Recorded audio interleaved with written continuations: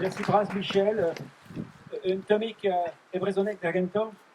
Trigar Evras Michel Ol Labor Poeslat, Bordeaux, et Diffen on Envor.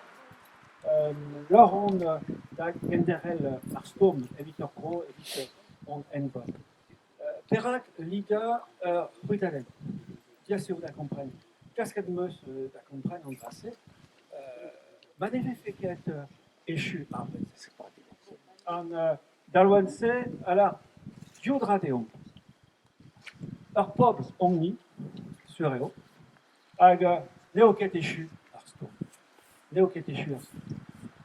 Pepdez, bendez, arvetonet, redeo d'arvetonet, diffen, oglad, oistor, oyezu, oyuse.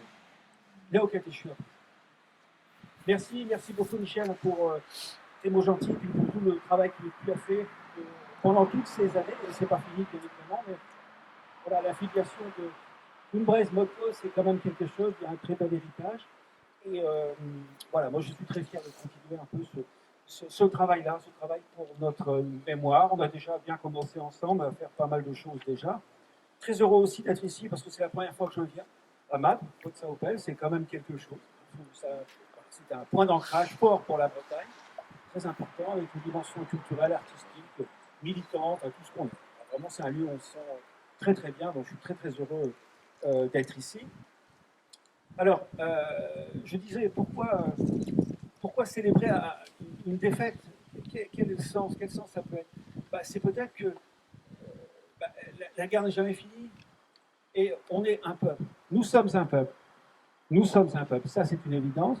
Et la guerre n'est jamais terminée, la bataille n'est jamais terminée. Alors je ne sais plus qui disait, l'important dans une guerre, c'est de gagner la dernière bataille. Mais bien sûr, mais la bataille, elle est déjà toujours relative, toujours c'est un coup de chance ou un coup de malchance. Qu'est-ce qui s'est passé cette année-là? Avec un peu plus d'intelligence, plus de tactique, peut-être plus d'à-propos, les Bretons auraient gagné cette bataille, comme ils ont gagné toutes les batailles qu'il y avait avant contre les Français. Donc voilà, il n'y a pas de dernière bataille. Il n'y a pas de dernière bataille. La bataille, elle continue toujours. C'est ça, parce qu'on est toujours aujourd'hui en situation de résistance pour faire vivre notre culture, notre histoire, pour recouvrer nos droits, pour prendre les décisions qui devraient être les nôtres aujourd'hui, alors que ce n'est pas encore le cas, bien évidemment. Donc ça, c'est quelque chose quand même d'important. Et ce que je veux dire aussi, c'est que le combat, il est engagé plus que jamais, peut-être parce que le front, il est en nous. C'est-à-dire, il y a beaucoup de Bretons qui aujourd'hui finissent par, déjà ils ne connaissent pas leur histoire, on le sait, et ils finissent aussi, certains, par baisser les bras, se dire qu'après tout, une région, c'est bien. Mais on n'est pas une région, on est un peuple. C'est quelque chose de radicalement différent. Lorsque la nation disparaît, c'est la région qui arrive. On en est là aujourd'hui. Donc le front, il est en nous, avant tout.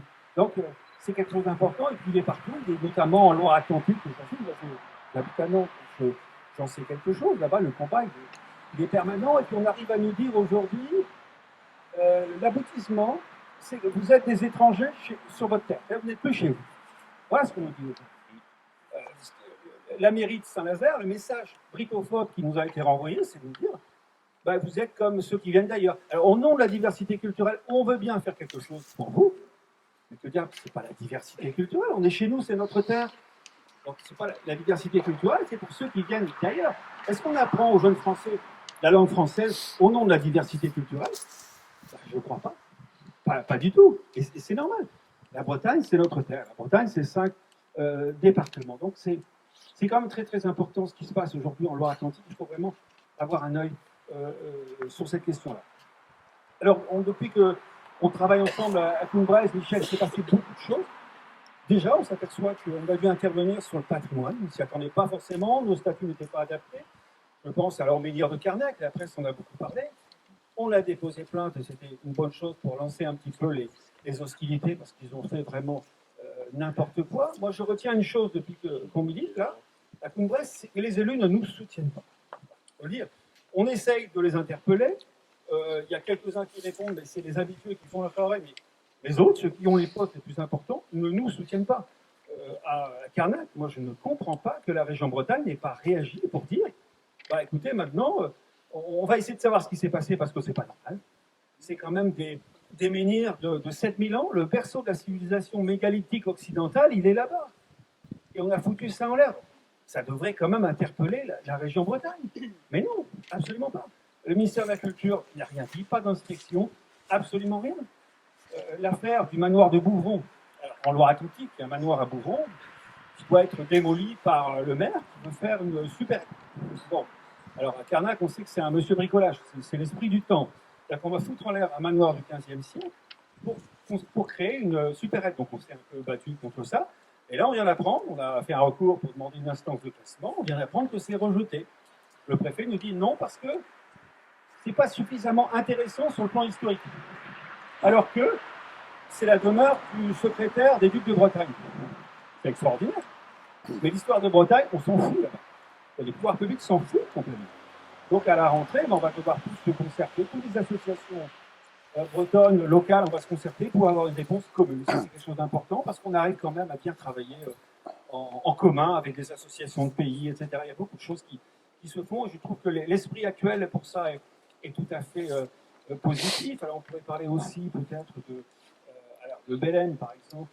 La région des Pays de la Loire, maintenant, qui a beaucoup de moyens, est en train de faire pression pour se créer une identité, pour que ça soit clair, pour défendre son identité. Alors, tout le monde ne connaît pas le Belém.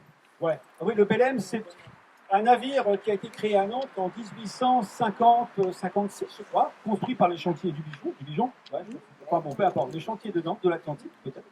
Je sais plus, en tout cas un chantier nantais.